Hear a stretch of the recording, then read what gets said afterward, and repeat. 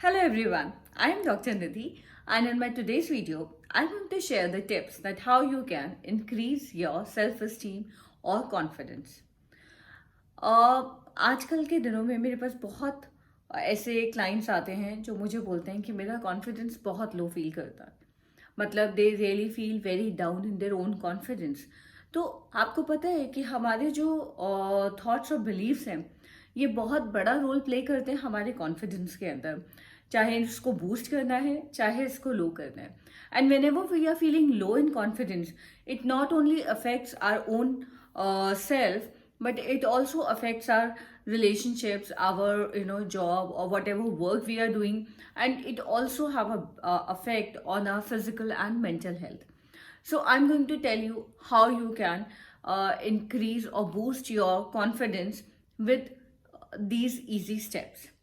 So my step number one is that first of all you have to identify your troubling condition or situation.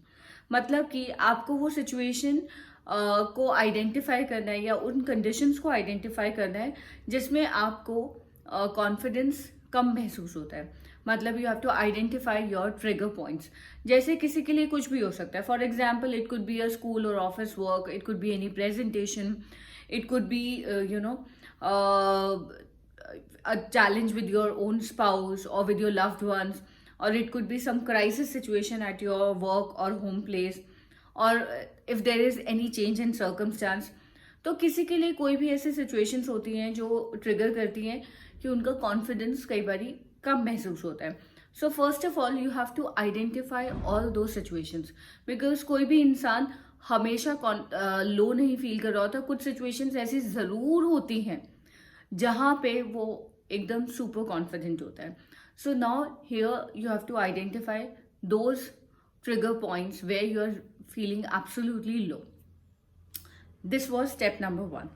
Now the step number two is that once you have identified all those situations or conditions that were troubling you, now you have to become aware of all the thoughts and beliefs that come to you during that situation.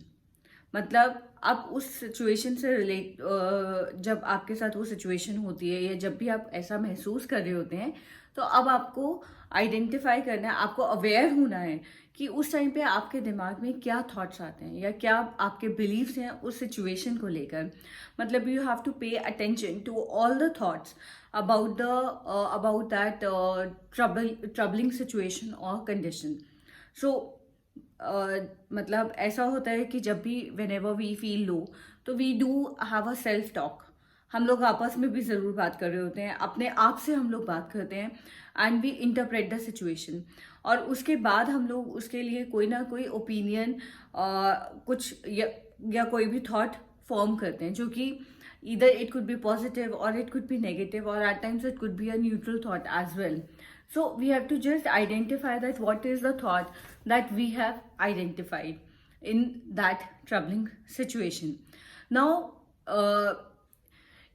जो हमने अपना thought या believe अपना identify करा है, वो ज़रूरी नहीं है कि वो बिल्कुल सच हो।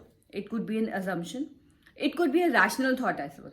मतलब ऐसा भी नहीं है कि हम लोग हमेशा गलत ही सोच रहे होते हैं, कई बार बहुत रैशनल और लॉजिकल भी सोच रहे होते हैं। It could be a fact also, like बिल्कुल हम फैक्चुअली सिचुएशन को असेस करते हैं, लेकिन कई बार वो इरेशनल भी हो सकता है, और कई बार हमारा सिर्फ एक एज्यूम किया हुआ एक बिलीफ भी हो सकता है या एक फॉल्स असम्पशन हो सकता है कि हाँ शायद सामने वाला ऐसा सोच रहा होगा या ऐसा हुआ होगा या ऐसा हो जाएगा, जो कि अभी तक एक्चुअली में हुआ नहीं होता है।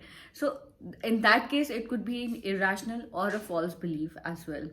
Now you have to ask yourself if these beliefs are true or not. Whenever you have such type of beliefs in you, you have to ask yourself कि क्या ये सच में ऐसा हुआ है या सच में ऐसा हो ही जाएगा।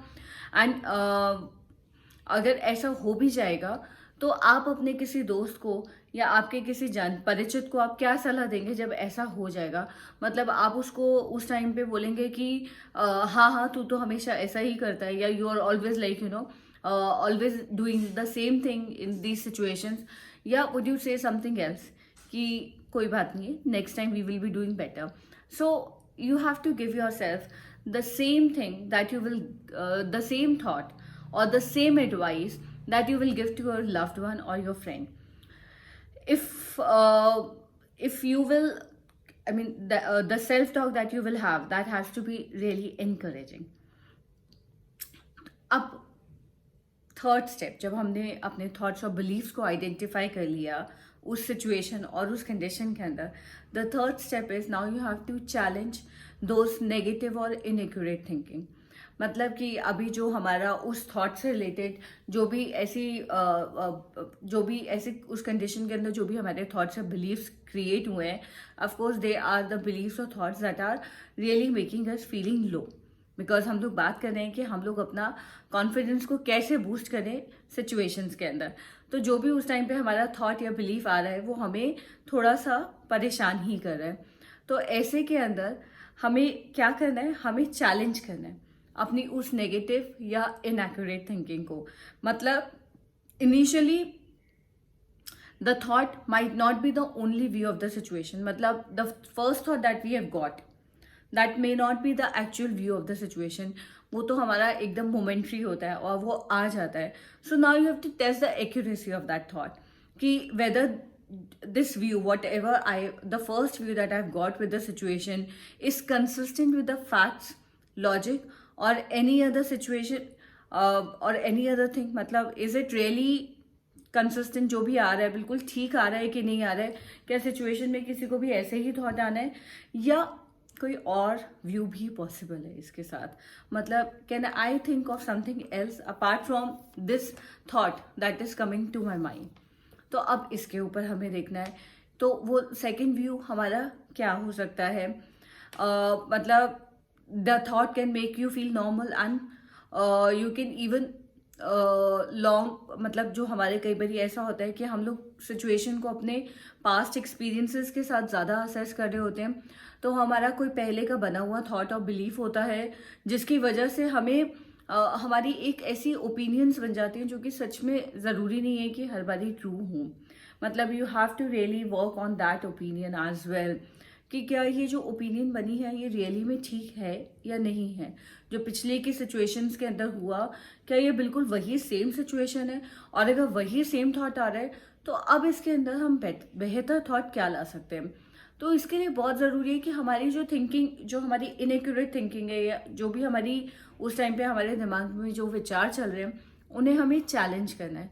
क्योंकि अक्सर करके हम लोग अपनी जो थॉट्स होते हैं उनके अंदर हमारा एक थिंकिंग पैटर्न डेवलप हो जाता है. मतलब कि अगर आपने देखा होगा कि कई लोग बहुत ब्लैक एंड वाइट तरीके से बोलते हैं. मतलब देयर थिंकिंग इज की ईदर येस और no, nothing, no middle path is there. तो जैसे कि सपोजिंगली इफ आई से कि ये because I was not successful in this project तो I am always a failure. मतलब एक सिचुएशन वैसी नहीं हुई जैसे कि होनी चाहिए थी तो आप अपने आप को कंप्लीटली फेलियर मान ले. This is not justified. So this is like you know all और नथिंग थिंकिंग. कई बार ऐसा भी होता है कि हमारी थिंकिंग में होता है कि मेरे साथ ही हमेशा क्यों ऐसा होता है. मतलब you know you always ignore the positives of the situation. मतलब ऐसा नहीं है कि आपने 10 के 10 काम किए और 10 में ही आप फेल हो गए हो. कुछ काम तो आपके ठीक भी होते हैं लेकिन फिर भी आप ये बोल देते हैं कि नहीं, मेरे साथ हमेशा ऐसा होता है कि मेरे कोई चीज़ ठीक होती ही नहीं है. तो ये भी एक तरह का थिंकिंग पैटर्न है.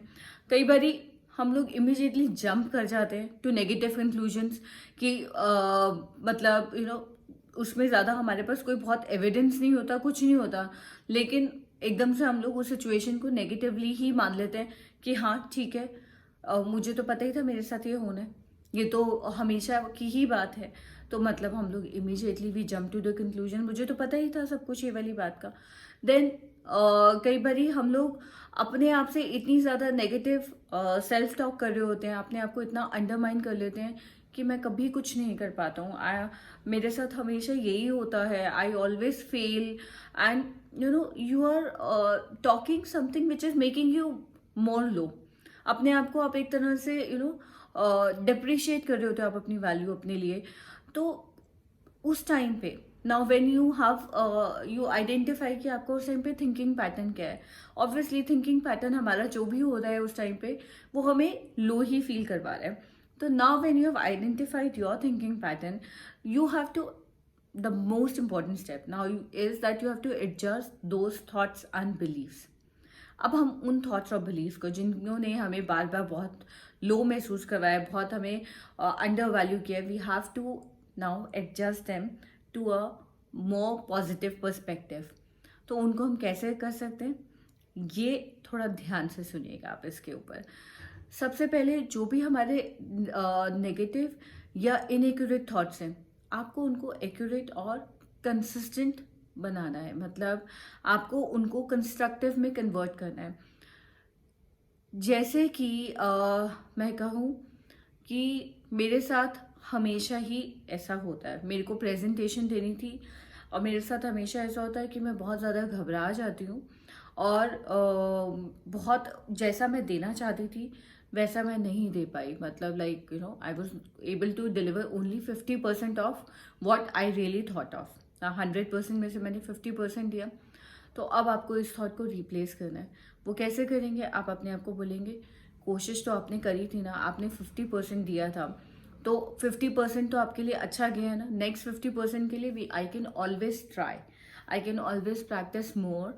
और जब भी मैं कोशिश अच्छे से प्रैक्टिस करूँगा तो मैं नेक्स्ट टाइम ज़रूर विन करूँगा. So you have to replace that negative thought. मतलब don't undermine yourself, appreciate yourself for the small, for the smallest of effort और दैट टाइनीएस्ट ऑफ एफर्ट. कि जितना मैंने किया है पहले उतना तो मैं ठीक से अपने आप को एब्जॉर्ब करूँ और उसके बाद इतना अगर मैं कर सकता हूँ तो मैं नेक्स्ट लेवल तक भी ज़रूर ही पहुँच सकता हूँ. So take it like that. Then use helpful statements for yourself. मतलब use the statements that will give you hope. Treat yourself with kindness and encouragement. अपने आप को बिल्कुल मतलब सेल्फ डेप्रिकेट नहीं करना है. दो इट इज टफ बट मैं कर सकता हूँ. अपने आप को इस तरह से स्टेटमेंट्स देनी है. अपने आप को बिल्कुल भी ऐसे नहीं करना है कि मैं कर ही नहीं पाऊंगा, मेरे बस की बात ही नहीं है, मेरे को तो पता है आई एम अ फेलियर. तो don't talk like that to yourself. अपने लिए थोड़े से काइंड वर्ड्स का यूज़ ज़रूर करें. बिकॉज हमें अगर हम किसी और के साथ अगर ऐसा होगा और हम उसको इस तरह नहीं बोल सकते हैं तो अपने आप से भी हमें ऐसा नहीं बोलना चाहिए. क्योंकि self is the most important thing that we know. हमारा अपने आप से जो एक रिश्ता है वही हमारे कॉन्फिडेंस को डिसाइड करता है.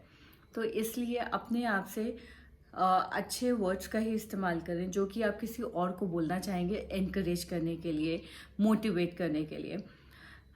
Now the third thing is कि avoid the words should and must in your statements. Whenever we are using these words should and must, they denote a lot of pressure कि ये तो you should do it, you must do it. You're creating a pressure on yourself, unreasonable pressure. मतलब वो एक benchmark हमारे लिए set करते हैं. They are the words that make you an ideal self. तो nothing is ideal, we all have our own imperfections. So we can always try to be the best, but it is not necessary that we will be the best in the first go. So with practice we will be able to do it. But agar if we are using a lot of should and must in our statements, we should then actually omit these words, because these words are too strong to put a lot of pressure on you. So let's keep them aside for some time and work on the thing so that we can surely reach the epitome of anything. मतलब surely we will be able to do the things and I am trying my level best. होगा. वो एक कहावत भी है ना हिंदी में, करत करत अभ्यास से जन्मति होत सुजान. तो हम लोग अभ्यास करें, हम लोग प्रैक्टिस करें और ज़रूर हम लोग एक दिन उस चीज़ गोल को भी अचीव कर पाएंगे जो हमने अपने लिए सोचा है. फिर जब भी कभी ऐसा होता है कि हमारा कोई नेगेटिव एक्सपीरियंस होता है, जब हम उस तरह से अचीव नहीं कर पाते जैसे हमें करना चाहिए, तो हमारे को हमेशा कोई ना कोई एक एक्सपीरियंस ही मिलता है। तो ये मत सोचिए कि मतलब ये हुआ तो इसके बाद मैं आगे नहीं कर पाऊंगा। Learn from what you can do, what you can avoid in the next things. मतलब जब भी कभी ऐसी सिचुएशन आएगी तो आपको ध्यान रखना है कि मुझे नेक्स्ट टाइम क्या क्या चीज़ों का नहीं करना है, so that I can handle that situation in a more positive way. Now you have to relabel your upsetting thoughts. मतलब कि there is no need to react negatively to the negative thoughts. Indeed, मतलब instead of this, you can think of a negative thought as a signal to try new healthy pattern. Ask yourself, what can I think, what I can think and do to make it more positive and less stressful of it. मतलब मैं क्या ऐसा करूं कि मैं इस negative feeling जो आ रही है इसको मैं कम स्ट्रेसफुल कर लूं। Can I do something to make myself more positive about it? So think of it, relabel that thought कि क्या करना चाहिए। मतलब ठीक है यार, हो गया, इतना परसेंट तो मैं कर ही सकता हूँ ना, तो चलो इसी के लिए मैं पार्टी करता हूँ या इसी के लिए मैं अपने आप को चेयर करता हूँ, so that I can do a better attempt in my next time. So these are the things, you always have to encourage yourself. These are the things that you have to consider, that अपने अपने confidence को boost करना हमारी अपनी जिम्मेदारी है। Don't expect that people will come and encourage you. Surely they will come, but not every time. So the first person who can only encourage you is you yourself only. So be kind to yourself, encourage yourself and motivate yourself. And I'm sure कि if you will use these tips, they will surely help you to boost your self confidence. Okay, take care. Bye.